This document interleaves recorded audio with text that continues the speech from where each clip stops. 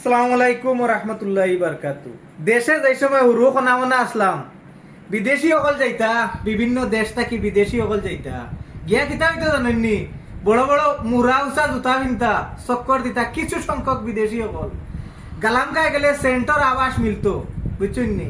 আর মানুষরে মানুষ মনে করেন না, মানুষরে মানুষ মনে করেন না। এখন বিদেশে গিয়ে দেখছি কিতা জানেননি, সবচেয়ে কষ্টের জীবন প্রবাস জীবন। কষ্ট মানুষের এমন কোনো খাম যে করা লাগে না, এইসব জিনিস নাই। টেকার বিনিময়ে অনেক কাজ করা লাগে, এটাই প্রবাস। কেউ কইতে পারেন তুই কররে আমরা করলাম না, ইটা করি লাভ নাই। দেশ গিয়া 80% মিশা মাতই, প্রবাসী হলে মিশা মাতই। বিদেশ যে কাজ করেন কষ্টর কাম, এটা স্বীকার করেন না টেকার বিনিময়ে। আর দেশ গিয়া গরিব হলরে চকুত লাগে না, চকুত বিলকুল লাগে না।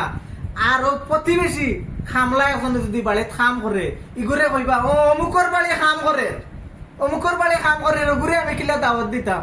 আর তুমি যে ডিজিটাল খামলা বিদেশ কাম করিয়া গেছো, বড় কুট লাগাইয়া গেছো, এয়ারপোর্ট যাইতে সময় বড় গড়িয়া তো এয়ারপোর্ট, আর আস্তা সময় শার্ট সিলা হুইলা ইটা লইয়া কাম কাজ কররা, খানির টাইমে নাই, কিচ্ছু নাই। এর নাম হইছে প্রবাস।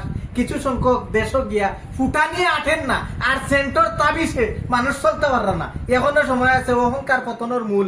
আর কেউ সিগারেট খাইন, সিগারেট এসে বিড়ির ফুটকি তুবাইয়াও কারা, বুঝছো না নি? লাগে অহংকার করবাই।